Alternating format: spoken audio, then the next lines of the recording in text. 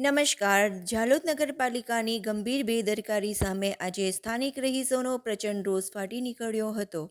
નગરમાં સરકારી અનાજ ગોડાઉન પાસે આવેલી કચરાની ડમ્પિંગ સાઇટ પર અચાનક ધુમાડાના ગોટા નીકળતા આખા નગરમાં પ્રદૂષણ ફેલાયું હતું. ઝેરી ધુમાડાના કારણે શ્વાસ લેવામાં તકલીફ પડતી હતી અને એને પગલે મોડી રાત્રે નગરના આગેવાનો અને રહીશો મોટી સંખ્યામાં રજૂઆત કરવા પોલીસ સ્ટેશન દોડી ગયા હતા. સરકારી અનાજ ગોડાઉન પાસે રહેલી ડમ્પિંગ સાઇટ પર કચરો બાળવામાં આવતા આખા ઝાલોદ નગરમાં ધુમાડાનું સામ્રાજ્ય છવાઈ ગયું હતું.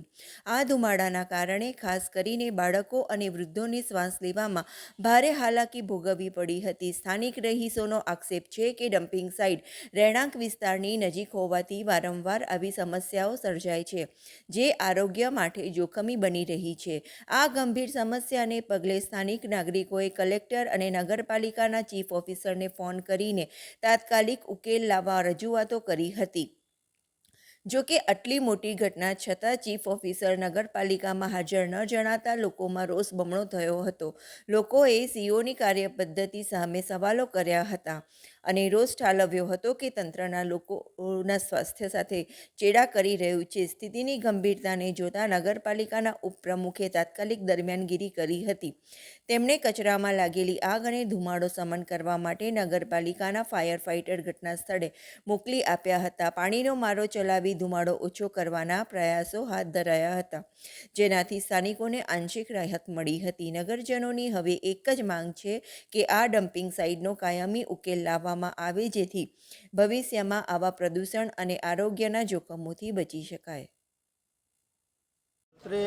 ઉપસ્થિત બધા લોકટોળા, બધી સોસાયટીઓ, મતલબ પંચશીલ સોસાયટી, અગ્રવાલ સોસાયટી, ભગીરથ સોસાયટી અને ગામના રહીશો કે જે અત્યારે પોઝિશન એવી છે કે સવારમાં હિલ સ્ટેશનમાં સવારમાં કેવું ધુમ્મસ હોય એ ટાઈપનું ધુમ્મસ અત્યારે આ રાત્રે 8 વાગે એવું જોવા મળે છે. એટલે લોકો કંટાળીને ભેગા થાય, શ્વાસ સાથે ચેડા થયાના અનુસંધાન ભેગા થાય, પોલીસ સ્ટેશનમાં આ સીઓ વિરુદ્ધ કાર્યવાહી કરવા માટે અરજી ઉપસ્થિત કરેલ છે અને એમની વિરુદ્ધ અમે કેટલી વાર એમને રજૂઆત કરી છે આ અધિકારીને, તેમ છતાં એ રીતે જ વાત કરે છે કે હું જોઉં છું કાર્યવાહી સંકલનની મિટિંગ પછી જોઉં છું, પણ અત્યાર સુધી કેટલી વાર લેખિત અમારા લેટર પેડ પર લેખિત રજૂઆત કરી છે, વારંવાર બી મૌખિક રજૂઆત કરી છે, જેમ છતાં કોઈ એનો જવાબ અમને પ્રત્યે સંતોષકારક જવાબ મતલબ ગોળ જવાબ આપે છે. મતલબ આ અધિકારી અઠવાડિયામાં માંડ 1 કે 2 દિવસ અહીંયા હાજર રહે છે. બસ એને ગામમાં ખાલી મેન્ટલી ફિઝિકલી જ હાજર રહે છે. કોઈ ગામ પ્રત્યે કોઈ લોકો રજૂઆત કરે એનો કોઈ દેખરેખ, કોઈ સાર સંભાળ, કોઈ જવાબ અને વ્યવસ્થિત મળતો નથી.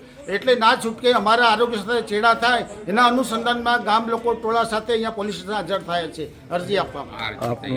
અરજી અમે આપી રહ્યા છીએ ગામના લગભગ 50 માણસોની હાજરીમાં. આપનું નામ?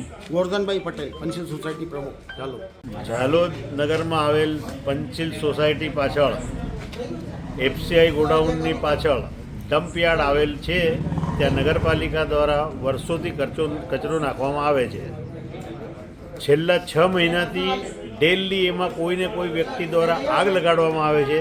તેની રજૂઆત પંચશીલ સોસાયટીના વ્યક્તિઓ દ્વારા લેખિત, મૌખિક, પત્રકાર દ્વારા વારંવાર કરવા છતાં અમોને એવું આશ્વાસન આપવામાં આવે છે કે આ ડમ્પ બીજી જગ્યાએ એક્વાયર કરેલ છે અને ટૂંક સમયમાં ત્યાં ખસેડી લેવામાં આવશે, તેવું દરરોજ કહેવામાં આવે છે અને દરરોજ ત્યાં આગ લગાડવામાં આવે છે. તો અમારા સ્વાસ્થ્ય જોડે ચેંડા થાય છે, શ્વાસ લેવામાં પણ તકલીફ પડે છે.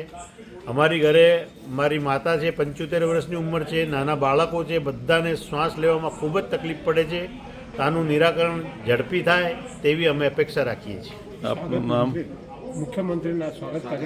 મુખ્યમંત્રીશ્રીના સ્વાગત કાર્યક્રમમાં પણ અરજી કરેલ છે. આપનું નામ?